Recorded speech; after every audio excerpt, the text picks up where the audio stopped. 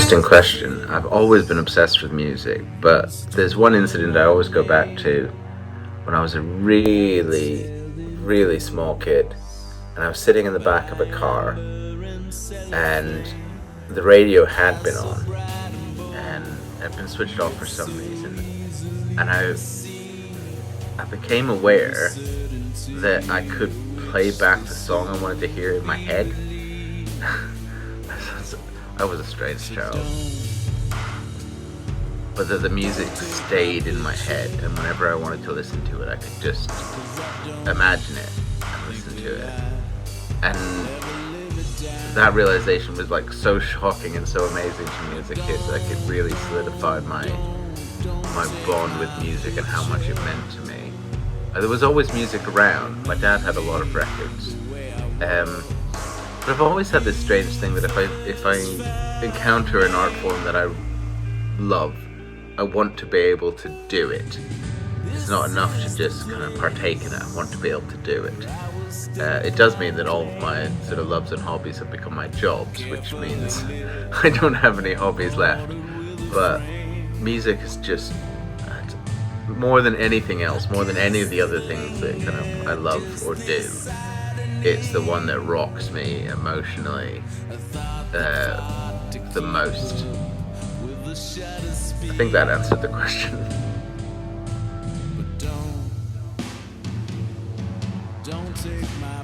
Top of the pile, Elvis Costello, always. Just, his is the only career in music I really envy, because he makes the kind of music he wants to make in the moment. He's musically curious. I haven't just learned about sort of guitar music from him, but he's introduced me through my fandom of Elvis Costello. I've been introduced to jazz greats and classical greats, folk artists I wouldn't have heard otherwise. He's such a passionate spokesperson for music in general that being a fan of his lyrics and his writing has opened up whole new worlds of music for me. And I think that's very much what I want to be, as a songwriter who's interested in song, not in any one type of music. I don't understand people that only want like one type of music. There's so much, and it's such a rich and sometimes alarming world music, and I think you just have to dive into all of it. So Elvis Costello's up there. I mean, there are loads of people I admire because of that, because I listen to many different types of music. But in terms of what I do, in terms of sort of songwriting, it's people like Tom Waits, Tori Amos, Smokey Robinson, Richard and Linda Thompson, oh god, the list goes on, and that's before you even get into the Canadiana, which is, you know, the people from my homeland, like the Tragically Hip with Gord Downey, or Spirit of the West. There will always be someone I've forgotten. I don't have a top 10 anymore, I sort of have a top 1,000. Well, that's just it. I hate genre. I hate the idea of genre.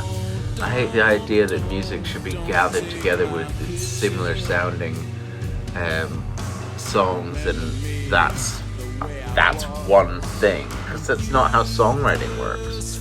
Songwriting is using whatever form of music is inspiring you in the moment to tell whatever story you're telling.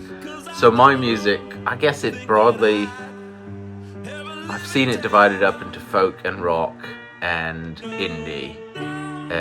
Quite what indie is meant to mean, or alternative. And it's like alternative comedy. What is it an alternative to?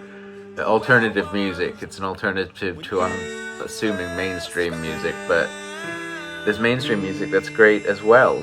I think you just have to judge a song for what it is. I'm a songwriter. I like telling stories, and I like compressing them into sort of 3 to 5 minutes, because that's the challenge of telling a complete story in that time. So I describe my music as music, and hope that no one disagrees too strongly with that description.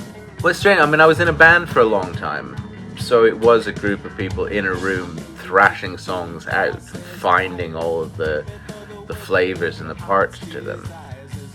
Since I've been a solo artist, again, I do like working with people in a room, but we started just before the pandemic, and one of my co-producers, Chris Eilert, and I began in a room with me throwing ideas at him and playing different instruments and trying to find a shape for how I did this on my own It was initially one of my old bandmates, one of my co-producers, Chris Eilert, and we would sit in a home studio and I'd bring a song in and we'd do the same thing, only I didn't have these incredible musicians around me to come up with their own amazing parts or to rewrite parts that I'd come up with.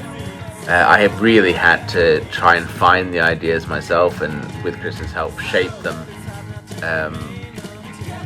But we started just before the pandemic, so those sessions didn't last very long. So creative sessions in terms of the writing and recording for a lot of the songs ended up being me and a living room full of instruments trying things until I found a route to what I could hear in my head. When I'm writing, no one needs to see that. It does look like someone who's lost their mind entirely, scribbling.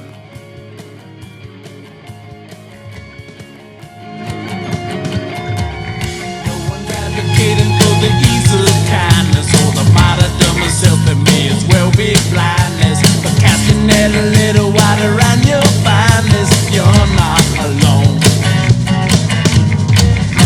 So steal a moment to be someone new. You'll find the one and one for short or two. And thanks for listening to Leaf Pile Radio, the only web-based radio broadcast that guarantees killer tunes. We only stop the music when we feel like it.